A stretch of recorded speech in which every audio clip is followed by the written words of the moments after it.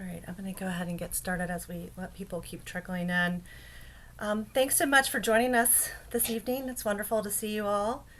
Um, we picked this evening because on this day in 1634, 150 English Catholics, along with Father Andrew White, arrived at St. Mary's on the Ark and Dove. And as you know, 2 years ago, many of you are parishioners. We spent a year celebrating our 225 years of history. And if you've been to Mckenna, you've seen our timeline where we highlighted baptisms and a new church and a school and many presidential visits. We highlighted the first marriage hosted in the parish, listed in the parish registry, which was between an enslaved man and woman. But if we kind of reflect over the past year, there was a lot in our history that we glossed over and didn't really dig into. We didn't talk about segregation in the pews. We didn't really evaluate and reflect on why 357 of our black parishioners were compelled to leave and open their own parish in the 1920s. And so, fortunately for our community, we do have a wonderful group of historians and dedicated parishioners who decided to do some research and to write about what they find. And last November, we began publishing those vignettes and those stories on our website and in our blog. And so tonight's discussion is just a continuation of really digging deeper into what the role of race has been at Holy Trinity and in our community. And it's our effort to continue to educate ourselves and to identify ways that we can, in this present day, address the other that we have neglected in our history. So at this time, I'd like to introduce you, if you don't know, our parishioner Paul Mako, who is the leader of our little band of historians. And this event is being hosted by the History Committee tonight. So thank you, Paul, and welcome everybody. Thank you, Ashley. Good evening, everyone. Please join me in welcoming Dr. Diana Hayes. Dr. Hayes is Emerita Professor of Systematic Theology at Georgetown University. Her areas of specialization include Black and Womanist Theology, American Religion, African American Religion, Black Catholic Studies, World Religions and the Intersection of Race, Class, Gender, and Religion. She holds a Juris Doctor in Law from the George Washington National Law Center and a PhD in Religious Studies and the Pontifical Doctorate in Sacred Theology from the Catholic University of Louvain in Belgium. She is the first, and to date only, African American woman to earn the Pontifical Doctorate. Dr. Hayes has written 9 books. The most recent is No Crystal Stair, Womanist Spirituality. She has received numerous awards, including the Elizabeth Seton Medal for Outstanding Woman Theologian and the U.S. Catholic Award for Furthering the Role of Women in the Church, as well as 3 honorary doctorates. Welcome, Dr. Hayes. Thank you.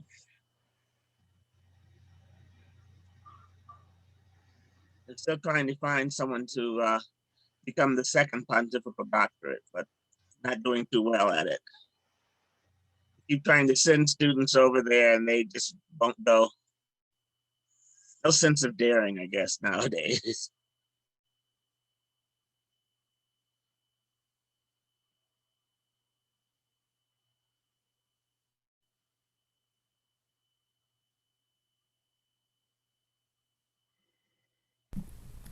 Diana, do you want to start off by kind of talking about your research and history of Georgetown that you've uncovered? And Okay. let's start there, maybe our discussion. Sure. I was at Georgetown. I taught at Georgetown for about, I think, 23 years roughly. I had planned to teach at least 30, but sometimes other things get in the way. And unfortunately, I developed rheumatoid arthritis while I was in Belgium. I always say that was God's gift to me, so to keep me on my toes. But it became very bad in 2008. And eventually I had to retire on disability. Otherwise, I'd probably still be there. But in those years that I was there, um, I think I had a small impact, I guess you could say, at least, on the students, especially in my department, the Department of Theology. It's my understanding that I was the first African-American scholar to be hired in the Department of Theology at Georgetown. I have to admit I haven't kept up, so I don't know if they've hired anybody after I left. I hope they have, just to keep the tradition going, if nothing else. But during that time, I found myself, you could almost say, required by the students, and not just the African-American students, to look into and eventually talk about two things. One was what eventually became the African-American Studies Department, but initially it was just a certificate. And there was a great deal of demand for that, and I helped to research and develop that, and was one of the faculty members when it first came into existence. But the other more important one, and one I knew nothing about until I came to Georgetown, was the whole issue of slavery and Georgetown's involvement in it. I was stunned, I have to admit, to discover that I probably knew that Georgetown had slaves because of the time in which it was established and all of that. But it had never occurred to me that they had taken what we now know was 272 of their slaves and sold them to Louisiana. And to be sold south or to Louisiana was one of the worst fates for any slave, because the situation down there was incredibly cruel. The sugar plantations, the rice plantations were extremely backbreaking, you could say person killing plantations, because the crop was the most important thing, not the person. And they were literally almost worked till they dropped dead. So when told that they were going to be sold to Louisiana, as you can imagine, the slaves were horrified and terrified at the same time. So every year in February, after my first year there, I arrived in 1988. After my first year there, and having a chance to do some research both at Lowinger and elsewhere in Washington, I began to do a lecture, an annual lecture on the whole issue of slavery and what the slaves had gone through, the fact that we had lost contact with many of the slaves, what we now would call the descendants of the slaves, and that the university needed to do something about that, to show that it was doing more than just talking about righting wrongs, but was actually righting wrongs. For the most part, I got a lot of attention from students, occasionally from the press, from some faculty, from the administration, basically very little. The students and I developed demands, which I was pleasantly surprised to see were very similar to the ones that now have become a part of the GU descendants' demands. For example, that Black students should be allowed to study at Georgetown for free without having to pay tuition, and things like that. So I did that literally up until the day I left the campus unexpectedly for Christmas break, and did not come back in January of 2008, which is when I was supposed to come back, because the situation that I had with my health was such that I was immediately put on disability and could not come back. We tried to come back. I tried to come back in 2009 and was there teaching for about a month when the infection that I had gotten the year before came back and very unkindly tried to kill me. And so I had to leave pretty much immediately, and that was when it was decided that I would stay on disability, and we hoped I'd be able to get back, and finally realized that was not going to happen, and I ended up retiring. And unfortunately losing contact with many of the students.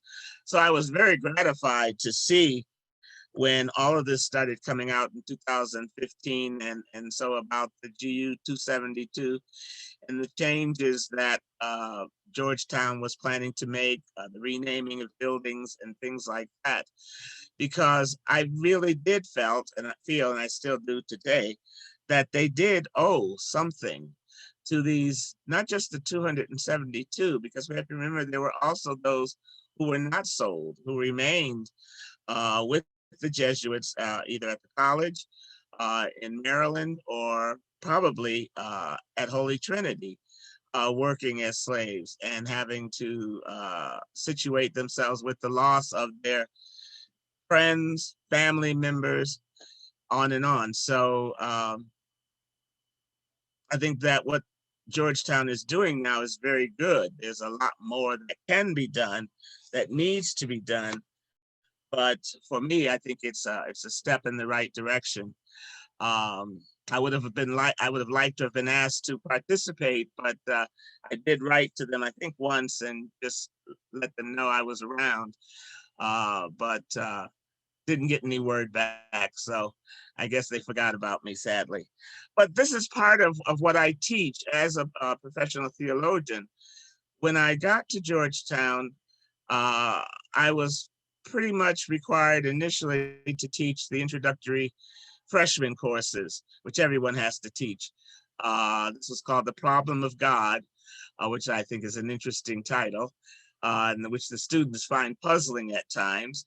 But I managed to teach it from the perspective of world religions. But the world religions were all found in the United States, so that we would study Christianity, Judaism, Islam, Buddhism, Hinduism, and several other religions as we could, based on those who were in the United States.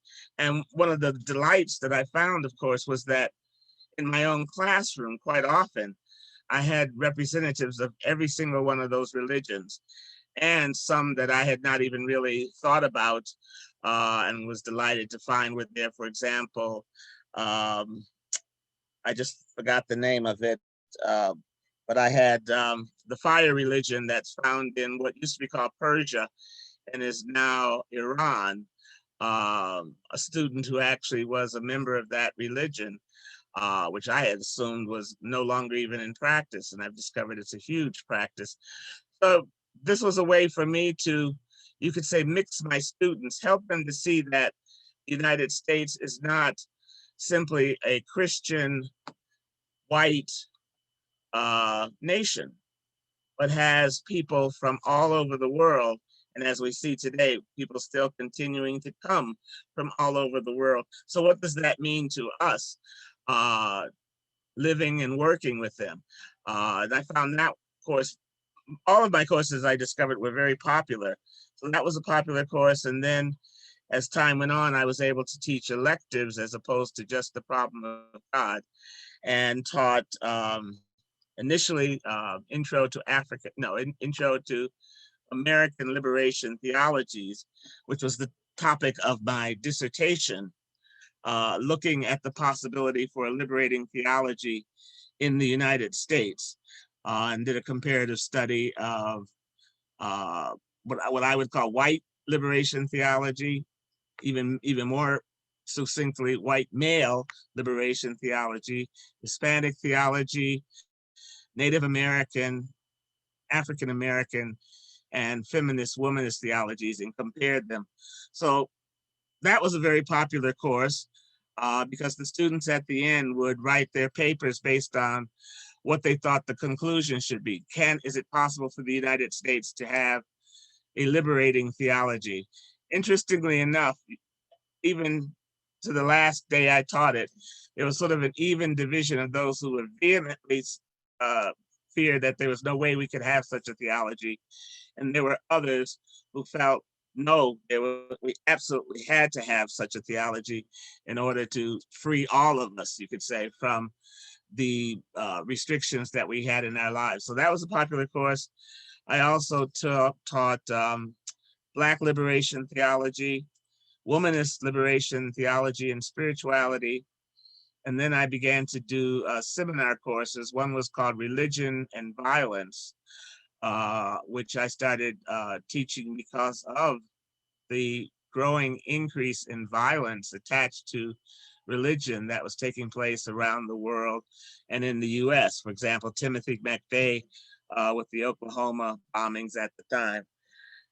And I think the last course, let me just look, the last course was a course called Race, Class, Gender, and Religion, where I looked at what is now called the intersectionality of race, class, and gender with religion, and how religion, especially Christianity, but we look at other religions too, how they in many ways failed to clearly relate to women, relate to persons of color, relate to Hispanic men and women, and what could be done to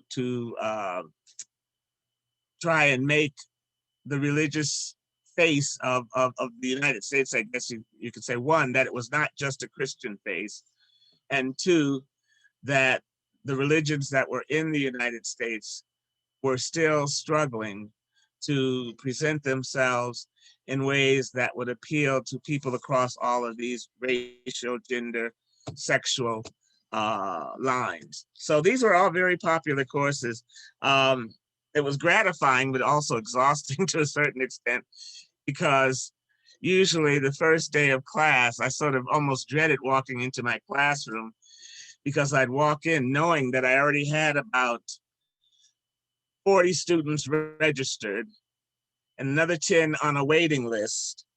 And I'd walk in and there were like 20 sitting on the floor, hoping they could get into the class. And I'm trying to figure out how I can gently tell them that there is no way in the world. Just once, I think it was the Black theology class, I let in anybody that wanted to come in, and ended up with a class of almost 70 students. It was impossible. You just couldn't really teach it. But we survived that semester, but I told them never again. I just couldn't do that. It was exhausting for me, but it was limiting for the students too, because they didn't have as much free time to dialogue as I felt we needed in class. My classes are very critically engaged with dialogue amongst the students, as well as between me and the students. So we never tried that one again, but we had a good time. So all of these classes, as you can see, have something to do with the intersectionality of race, class, and gender, and religion, how especially Christianity, what role Christianity has played in the development of racism, sexism, homophobia, heterosexism, and why it had, how, trying to explore how it has, in a sense, failed itself, and how we can, as followers of this faith, how we can work to bring it back to its original teachings, you could say, bring it back to its original foundation. So basically that's what I would do in class. And between that and then the teaching, the lecturing and others, I was also at the same time, excuse me, often invited to lecture on these issues and to serve on panels and discussion groups and things like that, and write, of course, on these issues as well. So maybe you want to ask any questions at this point based on what I've said. Are there any kind of highlights that you or your students took away when you would share this kind of history of the Jesuits and slavery when you did that annual presentation? I know it's hard for many of us to confront that, and I'm Mm-hmm. curious as to as you went on, what your The takeaways may have first been. reaction was, quite frankly, shock for many of them, including, didn't mean matter whether they were Black, Hispanic, Asian, white, whatever. Many of them had not heard of it before, had no idea that Georgetown had been involved in slavery in any way, shape, or form, and were profoundly shaken by this fact. And so one of the things I felt important for them to understand was that, yes, what they did, in a sense, being slaves was wrong. And most certainly what they did selling the slaves was morally wrong. At the same time, we have to look at the context. We have to look at the time, the situation, what was going on in Georgetown, which was its own town, I think, at that time, and draw from that what we can learn about that for today. How can we work to help Georgetown and Georgetown students ensure, obviously, they're not going to be selling slaves again, let us pray, but at the same time, how we can ensure that other issues that Georgetown is involved with do not fail the light of morality, you could say. Um, and that's where I found the students very eager to work. How do we teach each other about racism, about classism, about sexism, so that we can ensure that situations like that can't happen again and don't continue. I am starting to get some questions, so I think Okay. I'll. So one, how do you assess how the original sale of enslaved persons was treated in the official history of Georgetown by then Father Emmett Curran? Oh, Father Emmett and I were very close. I did research with him, and I was I was faculty when he was writing that, so we would often meet, talk about how we could um, spread knowledge about these issues and make them more clear. So I thought that what he was doing, his history that he did for the bicentennial in 1989. I had just been there a year by then. I think that's when I first met him and found out what he was doing.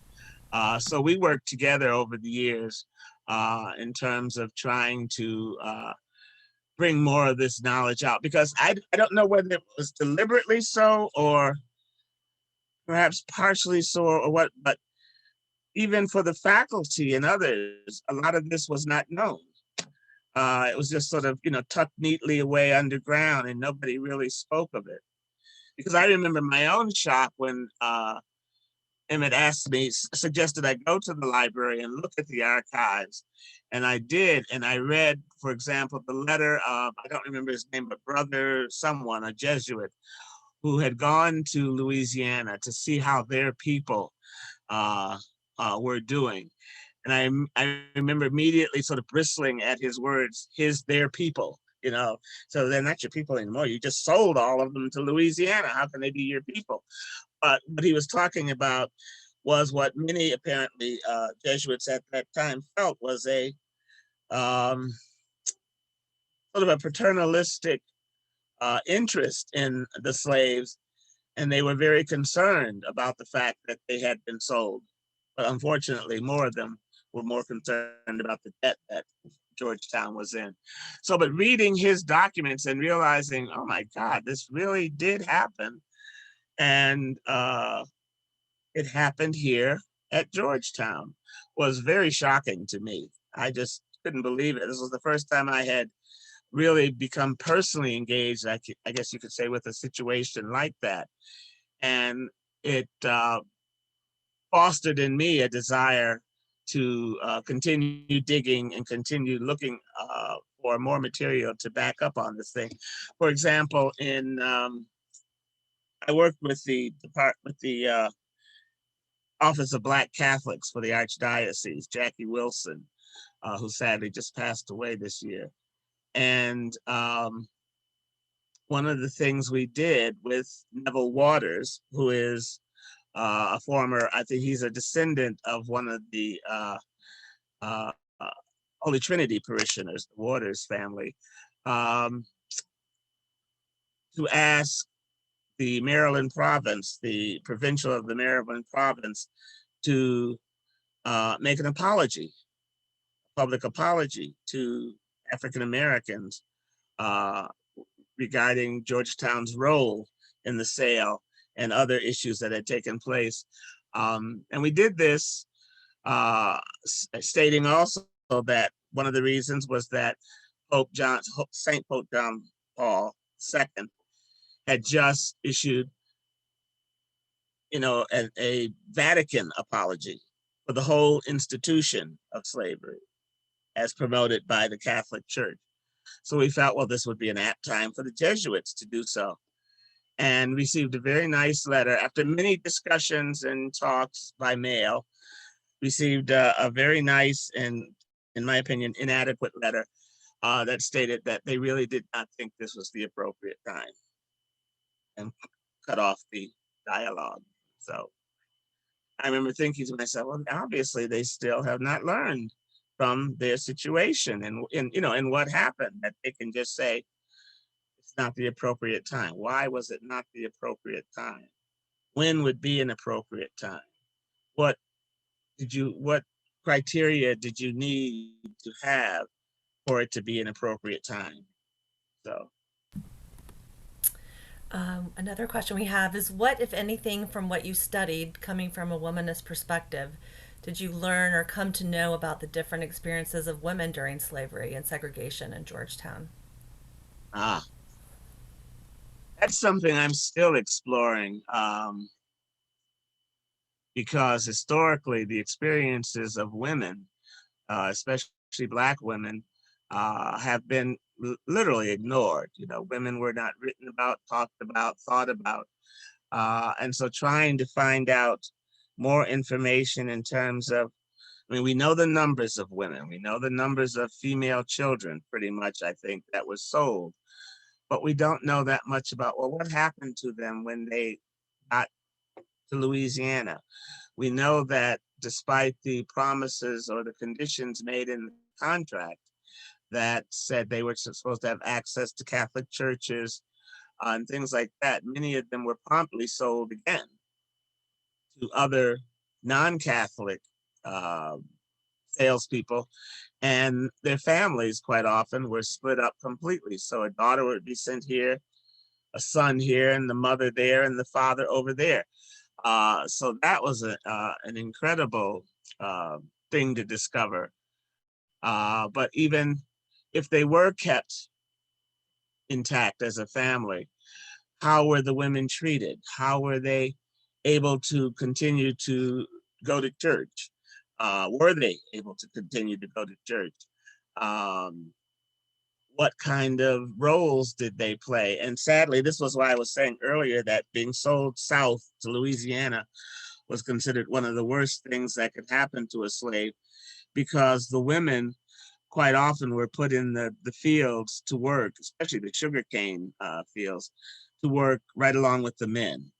And it was backbreaking. It was very dangerous because of the burning of the sap, to boiling the sap to make the sugar and all of that. So they did not have any protections as women. So there were a number of issues like this that came up that I'm still exploring in terms of how women have been treated during slavery,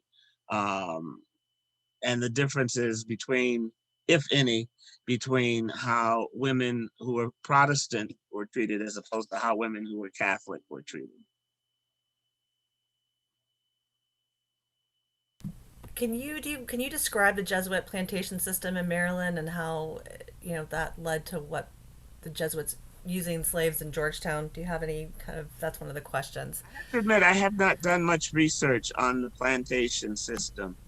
That's something I need to do. But I've mainly right now been engaged in studying what was going on the campus and looking at other issues of slavery. So all I do know is that they set up plantations Just like any other, even though they were priests, plantations were set up with an overseer, usually not a priest, but a lay person, quite often Irish, because the Irish often became overseers on many plantations in the South. Uh, they were in charge of running the plantation and of seeing that the work was done, dividing the chores, dividing the work, uh, usually tobacco, because it was a Southern Maryland, so tobacco was one of the biggest crops. Um, Many women worked, of course, in the homes of, not the homes really, what would you call them? They were priests living together in a home and working together. I remember reading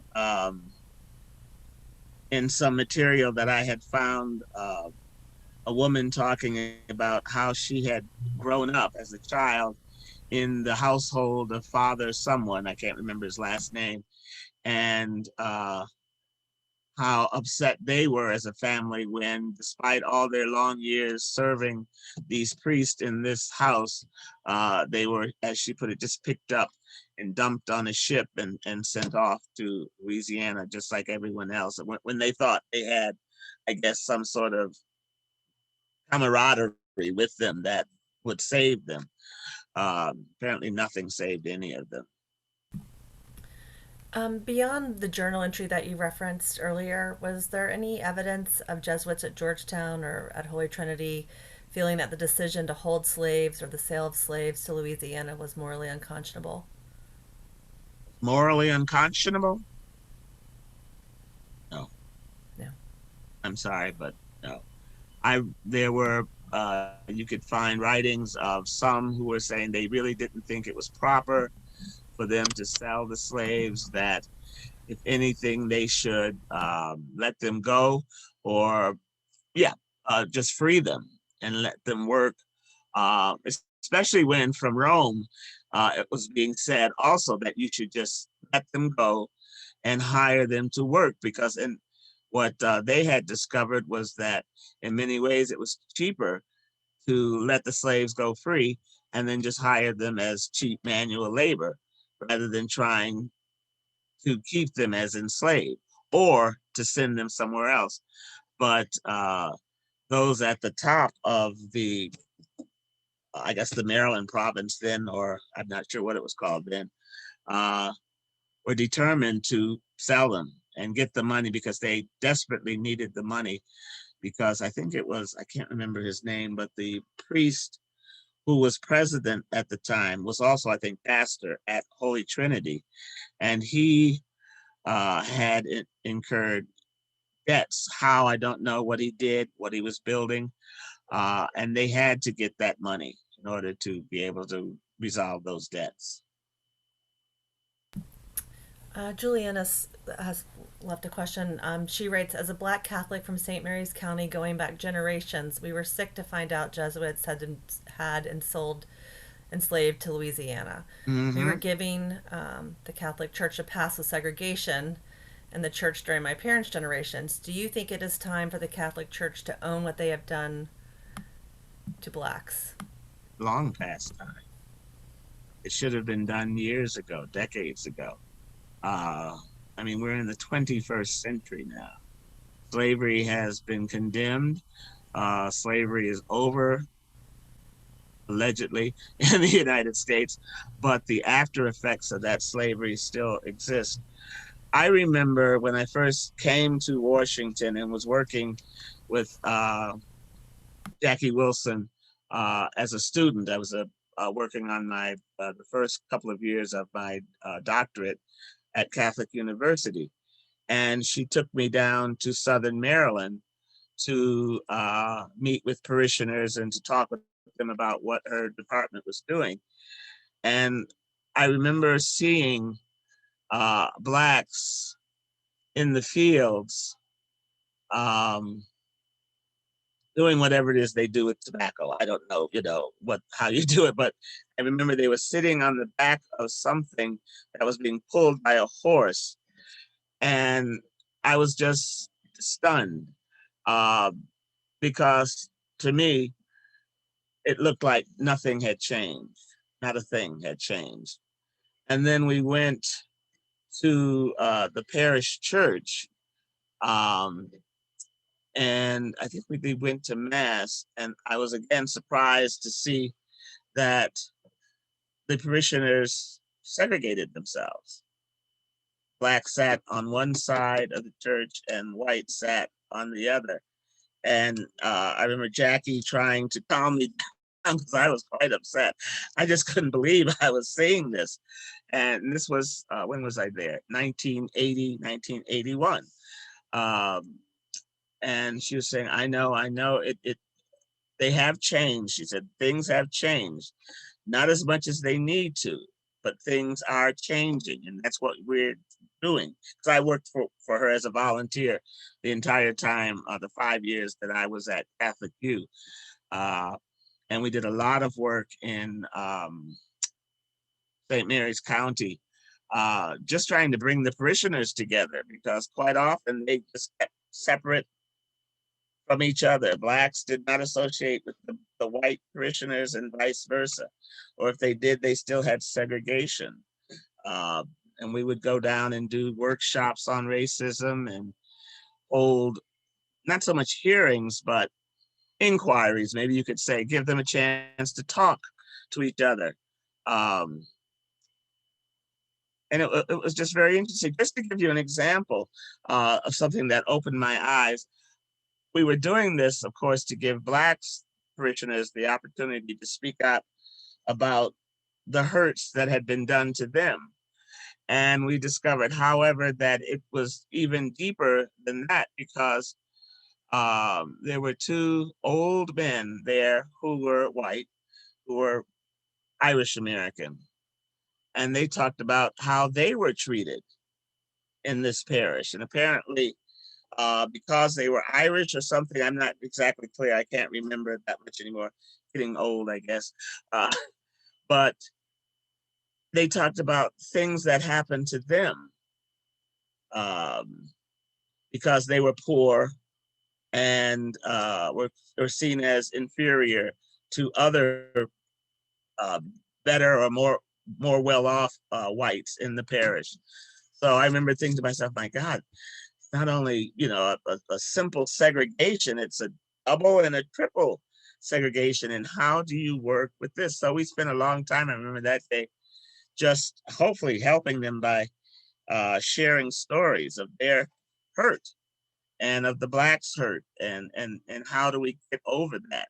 And in some places we were successful, in other places we were not so successful. I remember going down to meet with one parish where it was almost deteriorating into I just call it a fist fight almost, because one group of parishioners wanted a gospel choir and the others only wanted the traditional choir. And of course, the first thing I asked, well, what's a traditional choir? Whose tradition are you talking about when you talk about a tradition? And that stopped them for a minute. And they thought about it. And then, of course, they said, well, you know, anthems. And I said, well, that's good. But again, whose tradition is that? So we battled that out, I remember, over a weekend.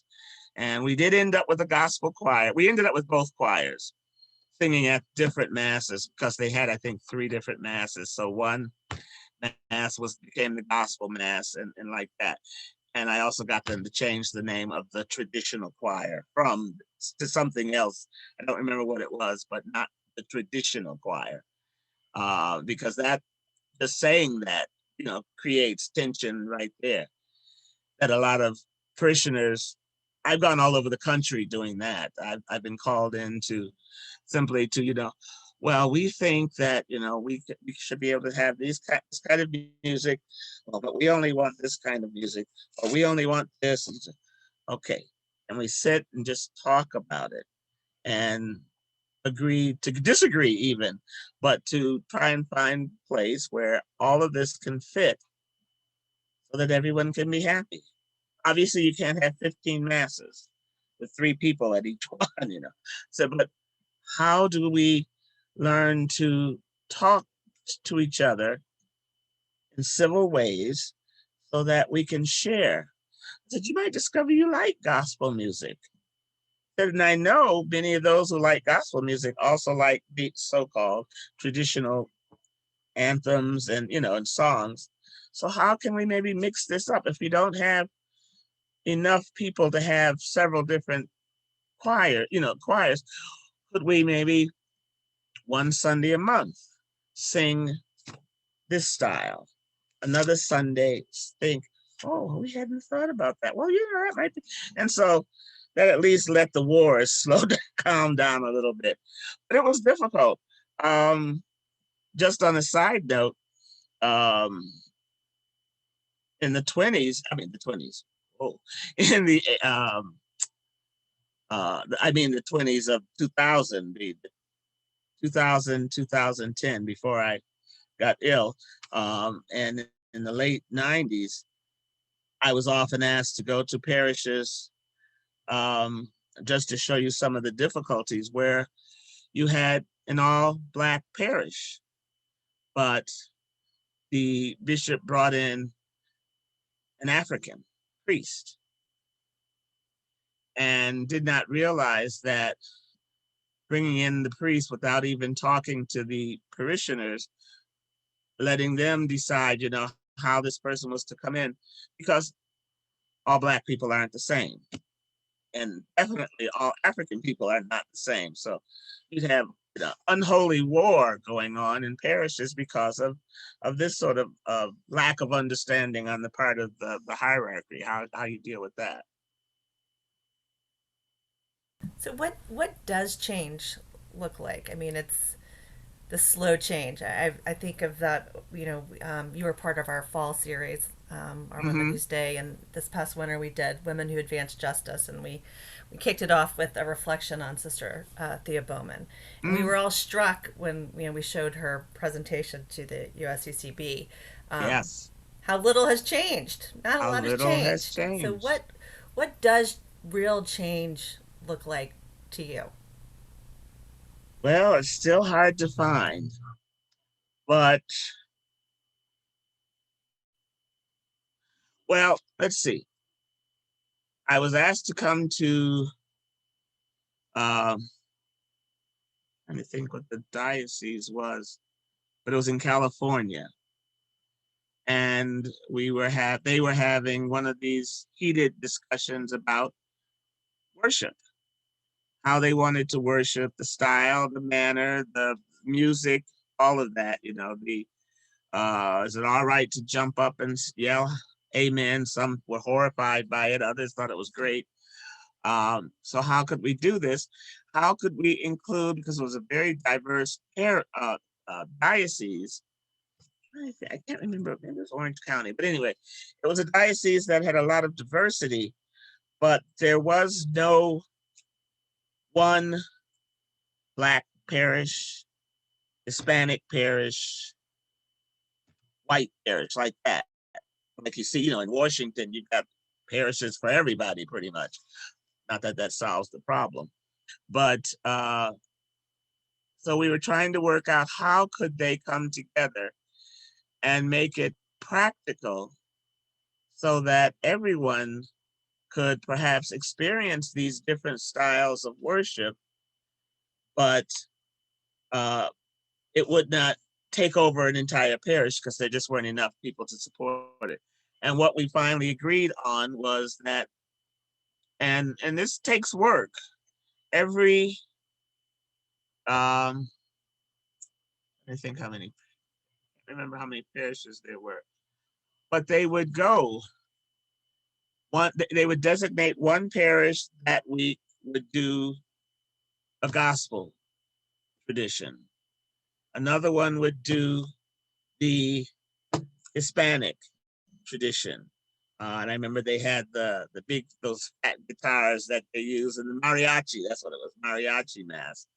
Um, and in a way, the ones who were the least represented, sadly, you could say, were the white Americans. because it was all these diverse people of color who were wanting all these different changes. And the whites were sort of happy to leave things as they were. But I said, well, why don't we try it this way? One Sunday we'll have a gospel mass at this church. Another Sunday we can have whatever the mariachi mass say at this church. And that parish is responsible for making sure they get the music, they have the people and all of that set up. You can go to that one, or you can still go to your own home parish. They were a little, how people, change is difficult. From what I understand now, though, it's been going on for the last 10 years and they have a ball, and it's being copied by other dioceses in California and elsewhere. So that's the change that I look for. It's impossible to make everyone happy, but I try at least to get them to be interested in, if you're willing. Now, if you're just not, if you're going to sit there sort of like Ebenezer Scrooge and we don't need any of this stuff, well, you're going to be unhappy for a long time. But the majority of the people are willing to listen and to learn from each other. In Chicago, we had two parishes were being put together. One was being closed and the other one was being expanded to include this parish. It was a difficult mix because the parish that was staying open was Hispanic. The church that was being closed was a very old church, and they were Polish. Now you've got Hispanics and Polish. How in the world are you going to bring them together? I mean, they don't speak the same language even, except English. And many of them didn't speak English, so it was, and what we discovered was, thank God for the women, because the women decided to have like a potluck dinner. So we'll try, because we were trying to bring people together to talk to each other. And we went into the kitchens and we had a ball. The Hispanics were teaching the Polish women how to make tacos, or as the Polish women, tacos and these things. And the Polish were teaching them how to make linces, and I think it was gulapi or something. And they had a great time. And so in a sense, the men basically said, okay, well, we've lost, obviously. They're happy together, so they'll be fine, so we might as well just agree and work with them and decide how we're going to make this parish viable. Now, I'm not saying that worked everywhere, but it worked at enough places that it gave you hope for the future, I'll give you an amen for the thank God for the women. I like that. Yes. Amen. I say that quite often, thank God for the women. I'm going to ask Tom he had a question he had emailed me earlier, if he wants to unmute and ask while I catch up with the other questions in the chat. Tom? Thank you. It's nice to have been invited to participate. I spent from 1974 to the late 90s as a parishioner at Holy Trinity.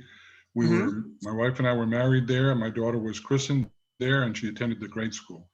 I served on the parish council of both Holy Trinity and St. Aloysius, and I served as director of the Father Mckenna Center for 9 years. Wonderful. I have a little bit of history with Diana Hayes, and maybe I was going to say, you look very familiar. Much thinner now. Yeah, I remember you. My question is a little bit of a preamble, so I ask the indulgence of the group, but I think it leads to a question that's important for all of us. In John Thompson's book, I Came as a Shadow, which is an excellent book about the former basketball coach at Georgetown. Right, I haven't had a chance to get it yet. And to say the least, a proud Black man. He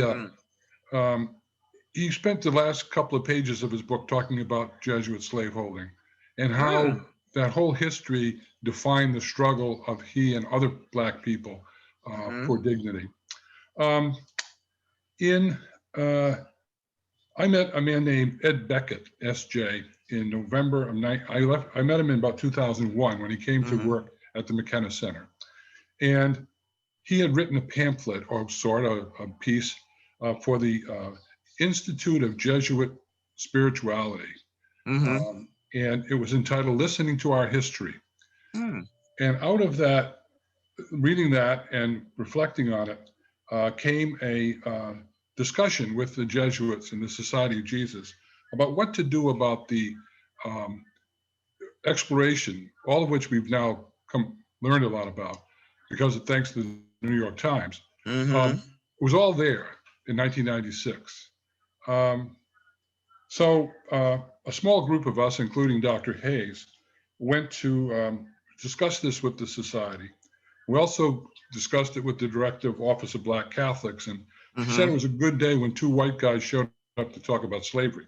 At the 30th anniversary of the death of Horace Mckenna, while I was director of the Mckenna Center, I suggested that a fitting way to celebrate this 30th anniversary would be for the Jesuits to come to grips with this history and Mhm.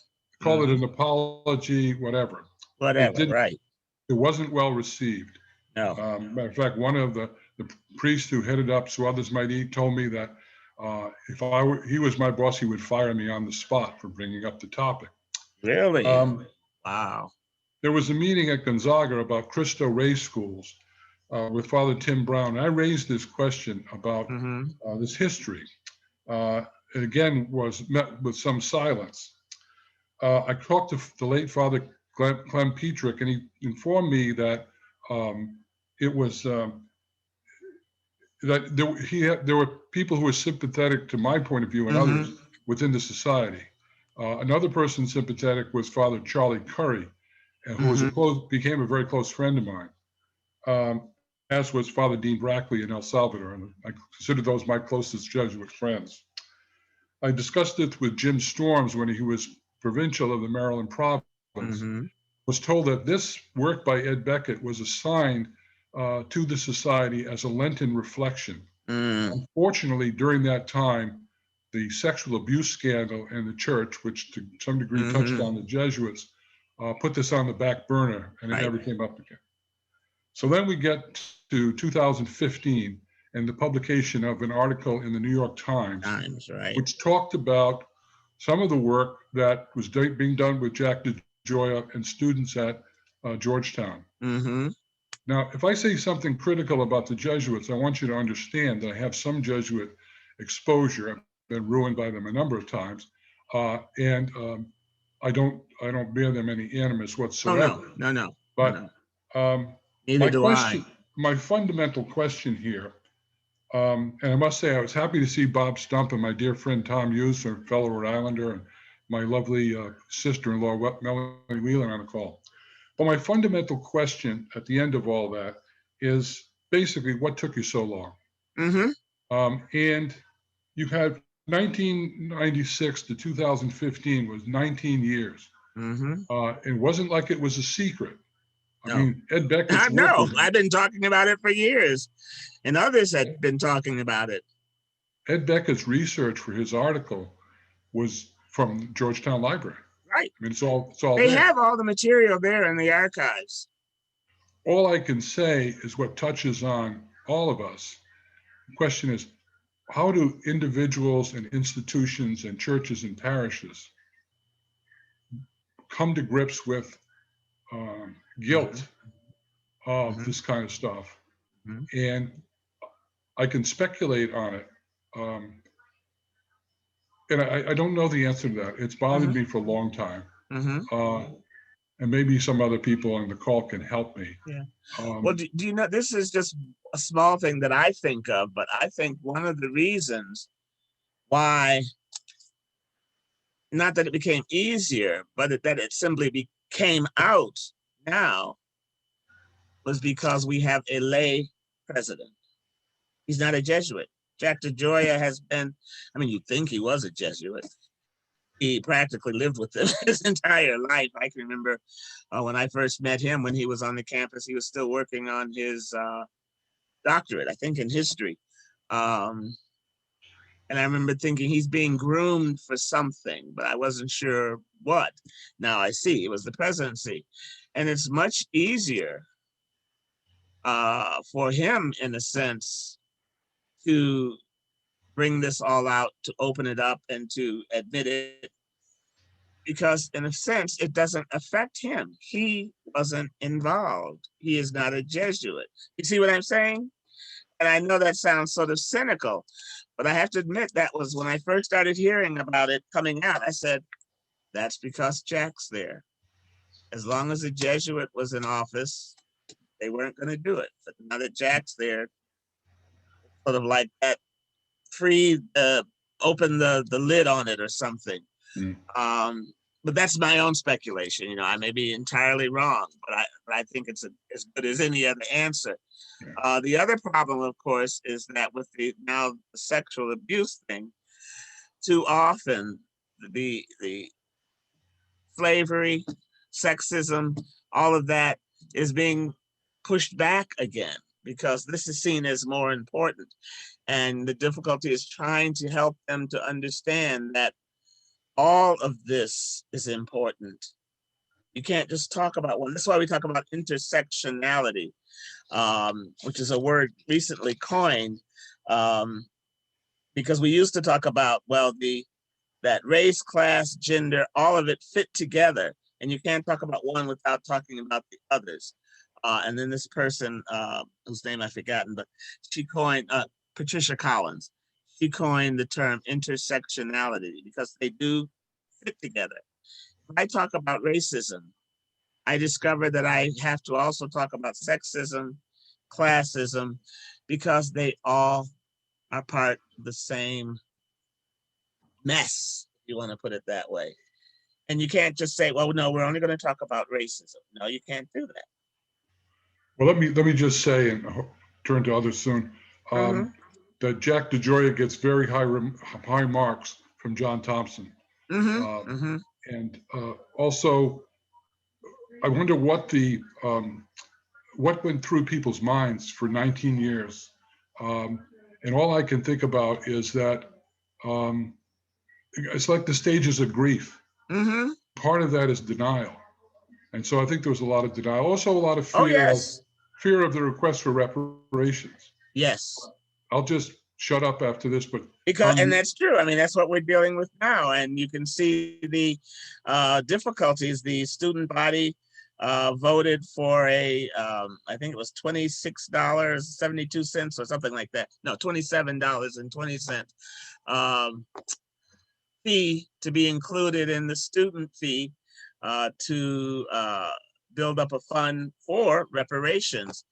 And instead, what is happening, I believe now, is this $100 million fund that's coming out through all the Jesuits to help to work with these issues as well. So I have no comment on whether one is better than the other. Just the fact that they are trying to do something is what is important. But at the same time, we have to talk about reparations. This country is going to have to talk about reparations. And it's going to be a very difficult and a very ugly conversation, I think, in many ways. Well, my final comment is that the good nuns at St. Anthony's Catholic School in Providence, Rhode Island, taught me that shame and guilt are underrated as spiritual reflection. So I'll leave it at that. Thank you. Thanks, Tom. I'm want to be cognizant of the time, Diana, but I want, as the members of the history team, and we're reading our own history at Holy Trinity, do you have some words of wisdom about how we can reflect and confront what we are finding out, that we, it's not just the Jesuits over there across the street, but that it happened on our own campus, and how? Well, if I could say this one thing I was a little surprised at when I was researching and looking at different, things with Holy Trinity and with Epiphany, and I was rather startled. I mean, I think you're doing a very good job in terms of these articles, copies of them, the Cura Virtualis, Holy Trinity, Parish and Race, Holy Trinity, the founding Epiphany. And so I went to the Epiphany site expecting to see similar documents and found absolutely no mention even of the fact that they had been founded by a Black parish, by Black Catholics. And so I have to admit, I was very surprised at that, and very concerned about it in many ways. And I think it's something they need to look at. I don't know if they're avoiding it or ignoring it or ashamed of it, or I don't know. Do you know? I know that, and I think is Peter on the call. He is the member of our team that's been working with the parish. I know they in their bulletin recently they did a whole profile of they're smaller, so they don't have Okay. necessarily the resources that we have Okay, at so I Holy should look Trinity. at some of the So earlier bulletins, right? I think I have one of those I can share with you, but I don't know if Peter is available and has any. Yeah, I insight. am. I am on the call. Okay, Peter. So we researched it from our end, and I spoke with parishioners at Epiphany and with staff at Epiphany. But what they have on their website, I don't, I can't speak to that or why they. Well, I couldn't find anything about it at all. No, I didn't either, but I thought Yeah. it was important to, from our point of view in those articles, to indicate that the role of the Black parishioners at Trinity and that 400 or 500 in 1923, 1924 Right. left the parish in a block with Got the permission to blessing of found their Bishop. own church. I know. I'm trying to remember the dates. As I get older, I lose more and more dates, or so it seems. But again, Jackie Wilson and I and several others, when we started the African American Archives for the Archdiocese, we went to Epiphany and asked for any records or history or items that they might have that dated back to the beginnings of the parish. And it took a lot of searching. And eventually, though, we did find boxes of, I guess, old bulletins and pictures and stuff. So I know those are in the archives. They were just in a room somewhere at the parish, not being, used or anything. But the question now becomes, how do we, I don't know, what the makeup of Epiphany is today, but I know it's not predominantly Black. I agree. Because most Blacks have left, there's still Blacks living in Georgetown, but not like it used to be. So how do you work to bring that out as something that you can share with not just yourselves and not just Holy Trinity, but with the Church of Washington in a way that is challenging, I guess you could say, for all of you? How do you look at that past and discern what, if anything, needs to be done today? And the same goes for Holy Trinity, which of course was very actively Catholic, but also very actively segregated. When you think of why, when you look at the reasons why they left and go back to Holy Trinity and see the things that require, they had to take communion after all whites had taken communion. They had to go to mass, sit up in the galleries, I believe, Yes. with screens between them and the choir that was Yes. up there. And the door to go up there was outside, so you can imagine in a typical DC winter, a 60 or 70-year-old man or woman trying to climb up there to get to the all of these things led to them leaving to go to Epiphany. And I know when I was there, and like I said, up until 2008, talking to Neville Waters and others, Neville used to talk about the fact that his grandmother's house is where, I can't remember the dorm name, but it's the dormitory that's right across from the front of Georgetown on 37th and O streets. And that's now, a big dormitory. And that used to be his grandmother's house. And how whenever he would come to visit her, he was told very strictly, do not cross the street. You cannot walk on that side of the street, which was the Georgetown campus. When you think of all these things and how hurtful that is to people, I mean, this is a little boy being told you can't walk on that side of the street. You'll get in trouble because Blacks aren't allowed on that side of the street. How do we break down the barriers, really, of pain and trauma that has affected so many on both sides, on all sides, I guess I could say, so that we can begin to rebuild and find solace with each other? How do we confess to each other our faults, our sins? You've come to a key question, which is the question of sin. Yes. And that's my whole issue with the whole issue of racism and everything, because when you look at as a theologian, I'm concerned about theology. And one of the questions that still bothers me is, how did we get here? The beginning of the church was anti-slavery, anti-discrimination. How did it all get reversed into this ugly knot that is still bugging us, I guess you could say, today in ways that are just horrific? When you think of some of the things that are still taking place in parishes and in dioceses around this country and around the world. How do we deal with those? And I don't have an answer to that. I'm not God, I'm not Jesus, and I'm not even the most intelligent theologian in town. So, but for me, and what I tried to do while I was at Georgetown was simply to help my students to see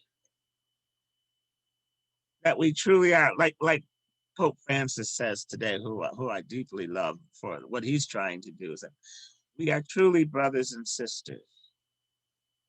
We all seek to walk a path of solidarity with each other. How do we let go of the fear, the anxiety, the hatreds, the negativities, and allow ourselves to open ourselves up to the other, regardless of what that other looks like, and say, you're my brother, you're my sister, and we will work together so that we can walk together. Do you see what I'm trying to say? And that's what I tried to do when I was at Georgetown. That's what I try to do still now in the teaching I do in various places. Because to me, that's what's still being asked of us. How can we be brothers and sisters to each other? How can we learn to walk together on the same path, not pushing each other off the path?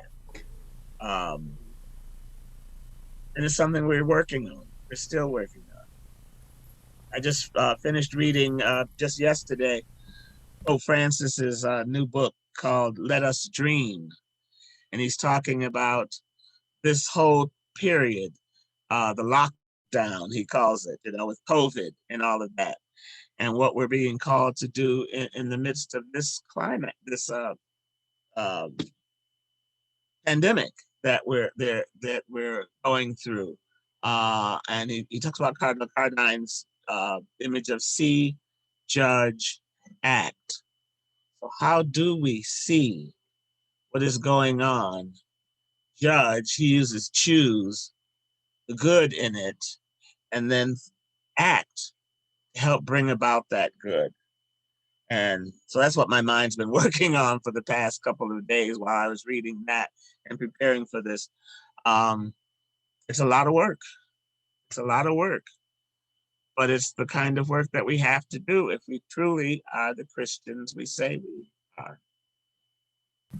And that's, I think that's the perfect note to end on, Diana. Okay. Thank you so much for your time this evening, and thank Sure. you everyone for joining us. I'm sorry if we didn't get to all your questions. The time flew by, it sure as did. it often does when we are with you. But thank you so much, and, Thank you. I hope we can Thank you have you so back much. again. Thank you. Dr. Hayes. Thank you. Thanks. Thank you, Enjoyed Diana. being with you very much. Appreciate Thank it. you very much. Thank you. Okay. Thank you very much. Good night, Thanks, everyone. Ashley. Lenten Good night. blessings.